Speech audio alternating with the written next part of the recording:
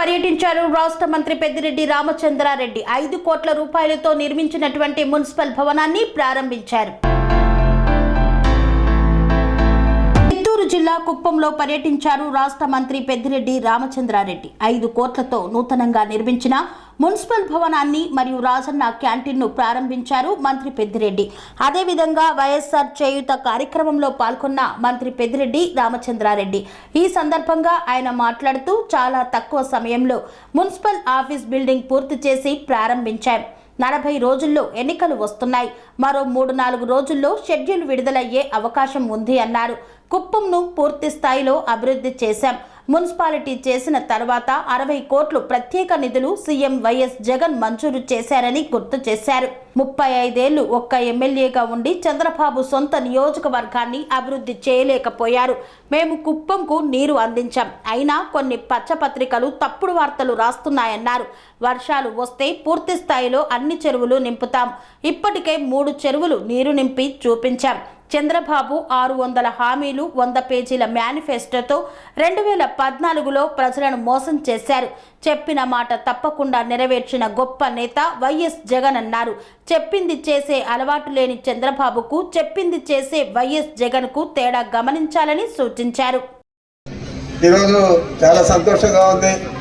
చాలా అనతి కాలంలోనే మన కాంట్రాక్టర్ హరి గారు మున్సిపల్ ఆఫీస్ బిల్డింగ్ను పూర్తి చేసి ఈరోజు ప్రారంభానికి మనకు అందజేస్తూ ఉన్నారు. మరి వారికి నిజంగా మున్సిపాలిటీ తరఫున నా తరఫున అభినందిస్తానన్నాను. మరి ఇంత తొందరగా అందజేసి కొత్త భవంతులకి మున్సిపల్ సిబ్బంది వెళ్ళే విధంగా చేసినందుకు మీ అందరికీ తెలుసు.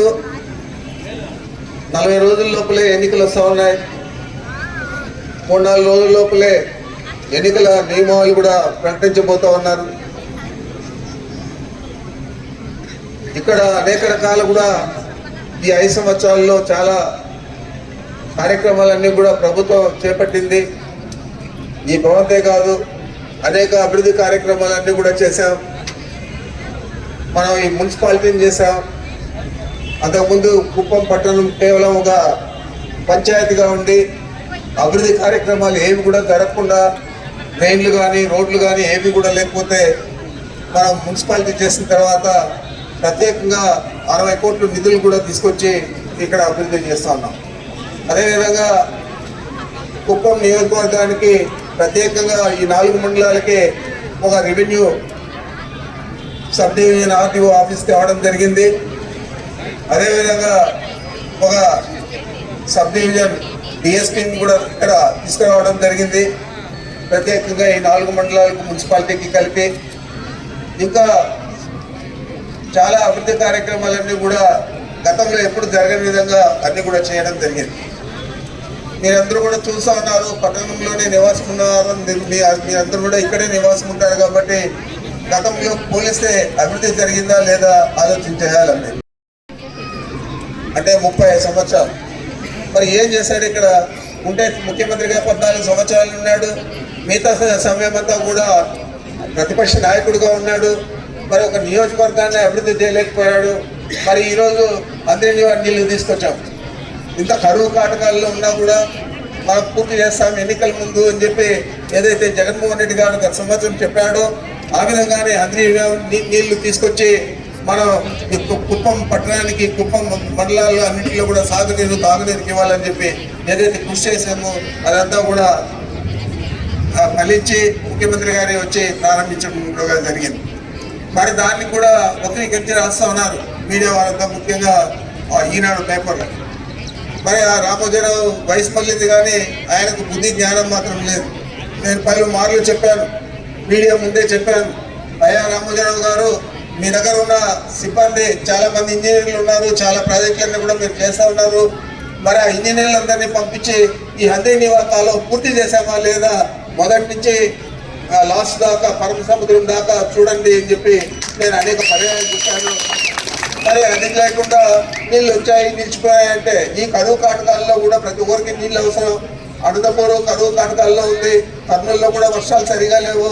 మరి అవన్నీ దాటుకొని మన కుప్పం దాకా తీసుకొచ్చామంటే మరి పట్టుదలగా ముఖ్యమంత్రి గారు చెప్పిన మాట మీద తీసుకొచ్చాం తప్ప వర్షం వస్తే ఈసారి అన్ని చెరువులు కూడా నింపుతాం. దాదాపు 110 చెరువులు పల్లమనేరు కాన్స్టిట్యున్సీ మళ్ళా కుప్పం కాన్స్టిట్యున్సీలో ఈ 2 నియోజకవర్గాల్లో 110 చెరువులు నింపేదానికి మేము ఇప్పుడు గేట్లు కూడా పెట్టాం.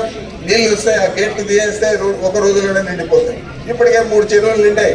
ఇంత లోపల ఏదో ఇష్టం వచ్చినట్లు రాస్తా ఉన్నారు. పరిస్థితి మన ప్రభుత్వం చేస్తాం, అది కూడా 3,000 దాకా ఇస్తాం.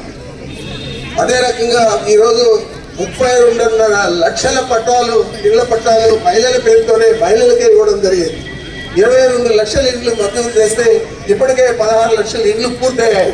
ఎప్పుడైనా ఇంత పెద్ద ఎత్తున ఆలోచన చేశాడా చంద్రబాబు నాయుడు గారు అని అడుగుతున్నాను. మరి మీ నియోజకవర్గంలో కూడా, ఈ కుప్పంలో కూడా ఎన్ని ఇండ్లు ఇచ్చామో మీ అందరికీ తెలియదా అని నేను అడుగుతా ఉన్నాను. మరి ఇలా ప్రతిదీ కూడా ఆలోచన చేసి పేదల కోసం పనిచేసేది మనమైతే, మన ప్రభుత్వం అయితే, జగన్మోహన్ రెడ్డి గారు అయితే, చంద్రబాబు నాయుడు చెప్తాడు చేయడు. ఈరోజు మళ్ళా గుద్దమ్మ కోరికలన్నీ కూడా చెప్పి మనకులందరినీ కూడా ఆశ పెట్టి ఓట్లు వేసుకోవాలని చూస్తూ ఉన్నాడు. మరి ఆ రోజంతా ఎందుకు జన్మభూమి కమిటీలు పెట్టుకున్నాడు?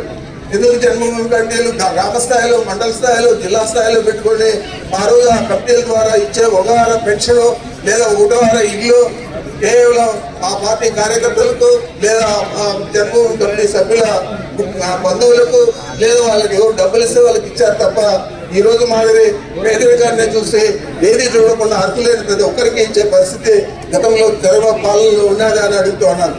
మరి ఇవన్నీ బేరీజ్ చేసుకోవాలని మీరు కూడా ఏదో మన కుప్పంలో చంద్రబాబుకే ఓట్లు వేద్దామని ఆలోచన చేస్తే అలా 5 సంవత్సరాలు మీరు ఎన్నికపోతారు. ఇప్పుడు ఉన్న సుపరిపాలన తిరిగి మీరు పొందలేరు. ఇవన్నీ కూడా బాగా ఆలోచన చేసి మంచి నిర్ణయం తీసుకోండి.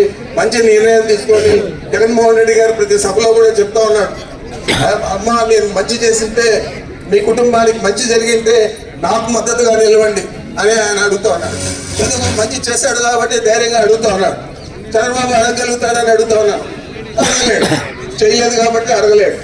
అదేవిధంగా ఈరోజు మనం జగన్మోహన్ రెడ్డి గారికి మద్దతు ఇవ్వాలంటే ఇక్కడ శాసనసభ్యుడిని, పార్లమెంట్ సభ్యుడిని మనం గెలిపించాం. శాసనసభ్యుడు గెలిస్తే శాసనసభ్యుల సంఖ్య ఎక్కువగా ఉంటే జగన్మోహన్ రెడ్డి గారు అక్కడ ముఖ్యమంత్రి అవుతారు. అదేవిధంగా ఢిల్లీ నుంచి నిధులు తేవాలన్నా కేంద్ర ప్రభుత్వం నుంచి ఏదైనా పనులు పూర్తి అయిందా లేదా మరి ఇంతగా పూర్తి చేసి కూడా మరి పత్రికల్లో కొండంతలుగా రాస్తూ ఉన్నారు. మరి ఈరోజు జగన్మోహన్ రెడ్డి గారు ఎన్నికల ముందు ఏం చెప్పాడు మనకు? 2019 ఎన్నికల ముందు అవన్నీ అమలు చేశాడా లేదా? అదే చంద్రబాబు నాయుడు 2014 ఎన్నికల ముందు ఏం చెప్పాడు? దాదాపు 600 హామీలు ఇచ్చాడు, 100 పేజీల మేనిఫెస్టో. ఏదైనా అమలు చేశాడా? ఏదైనా పూర్తిగా అమలు చేస్తే ఆ రోజు మీ మహిళా సంఘాల రుణాలన్నీ కూడా రాష్ట్ర వ్యాప్తంగా 14,200 కోట్లు. మరి ఈరోజు ఎందుకు మనం 25,570 కోట్లు ఇస్తా ఉన్నాం? వడ్డీకి వడ్డీ అవన్నీ కూడా మీ అకౌంట్లన్నీ కూడా ఎన్పిఎల్ అయిపోతే వాటినన్నింటినీ కూడా ఈరోజు తీసుకొచ్చాం. 0 వడ్డీ కింద కూడా డబ్బులు చెల్లించాం.